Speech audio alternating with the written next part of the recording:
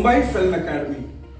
This certificate is awarded to Sabhya Acharya on successful completion of 1-year diploma course in filmmaking and direction. His practical knowledge of film production, direction, cinematography, video editing, script writing and lighting skills were found good. Best of luck for a bright future ahead.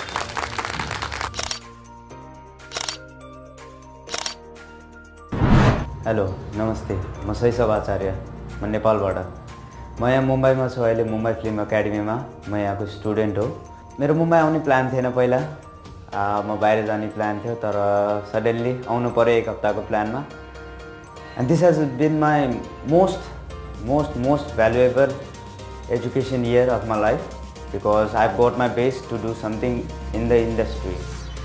Mumbai Film Academy, if you are searching for top-notch film institute in Mumbai, Mumbai Film Academy is the one.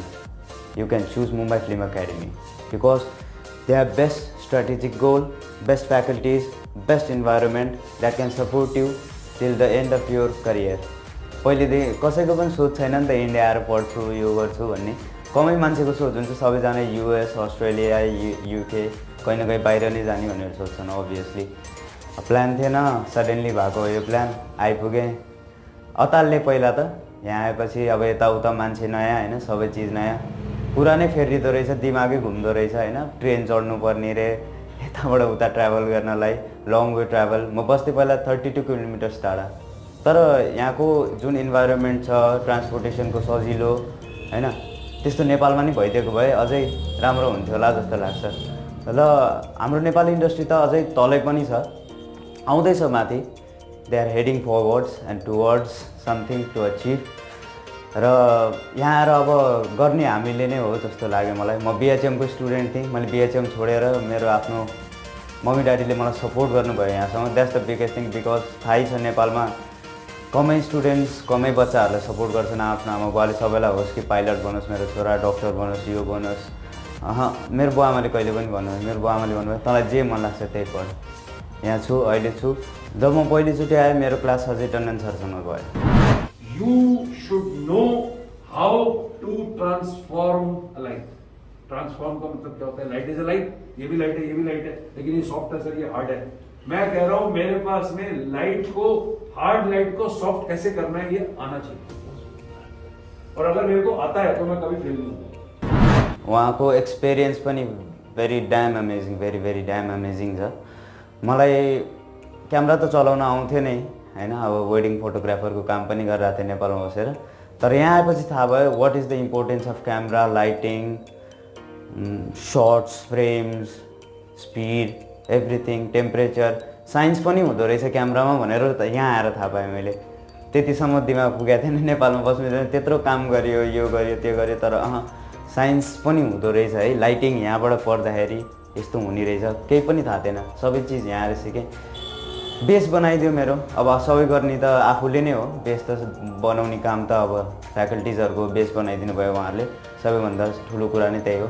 र best experience मेरो अजय टन्डन सरसँगै थियो परम sir film making and डिरेक्सनमा उहाँ director हो उहाँ पहिला धेरै मुभिजहरूमा नि काम गरिसक्नु भएको छ र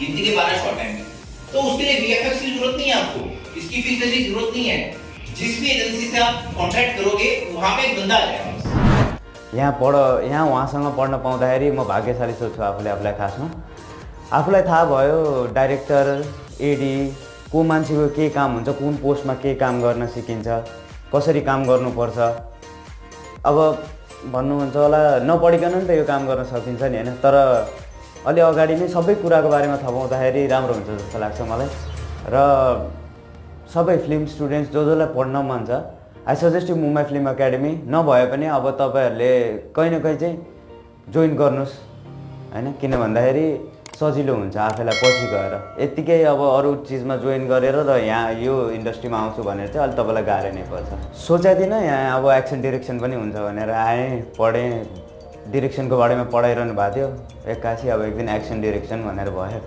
सर आउनुभयो अब के सिकाउनुहुन्छ होला त भने जस्तो फिल थाहा पाइयो कि फिल्ममा कसरी सिक्वेन्सहरू हुन्छ फाइट सिक्वेन्सहरू कसरी हुन्छ कसरी गरिदो रहेछ।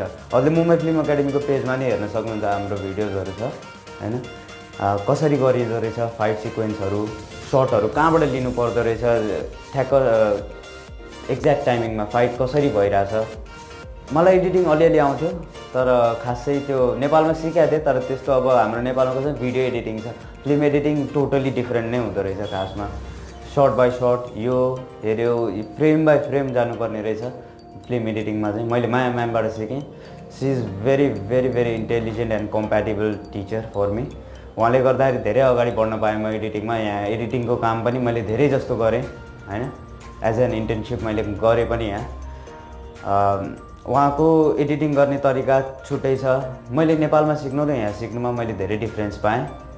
When I came to Mumbai Film Academy, I didn't thought like I would get such best faculties and best environment in Mumbai Film Academy. I was like, I will come, study, go back, I will do it on my own. But no, when I came here, I was like, we need a team, I need a team, because I can do nothing alone now. And there are best faculties, Mahesh V. Patil sir, Ajay Tandon sir, Param sir, Maya ma'am. यहाँ आएँ अब सबै फ्याकल्टिजहरू अब मैले के सोचेको थिएँ भने एक्सपिरियन्स होला, पढेको मान्छेहरू होला भनेर सोचेँ, तर होइन, इन्डस्ट्रीमा काम गरेकै मान्छेहरूसँग आफूले सिक्न पाएँ। सबैभन्दा ठुलो कुरा त्यही रहेछ मेरो लागि। मैले यहाँ 1 वर्ष सिकेँ र I think I build up my best and I am gonna build a empire right now. बनाउने अब सुरु हुँदैछ मेरो जर्नी। हेरौँ कतिको गाह्रो हुन्छ, कतिको सजिलो। र म अरू स्टुडेन्ट्सहरूलाई पनि भन्छु, जसलाई आफ्नो गोल ड्रिम पर्स्यु गर्नु छ, क्र्याक गर्नु छ, कन्ट्याक्ट गर्नु होला मुम्बई फिल्म एकाडेमीमा अनिल सरसँग। मेरो नाम लिनु होला reference, any time Anil sir is with me. वो to pursue my dream and goals. My parents supported me, my teachers supported me, my faculty supported me. Overall Mumbai film academy is the best.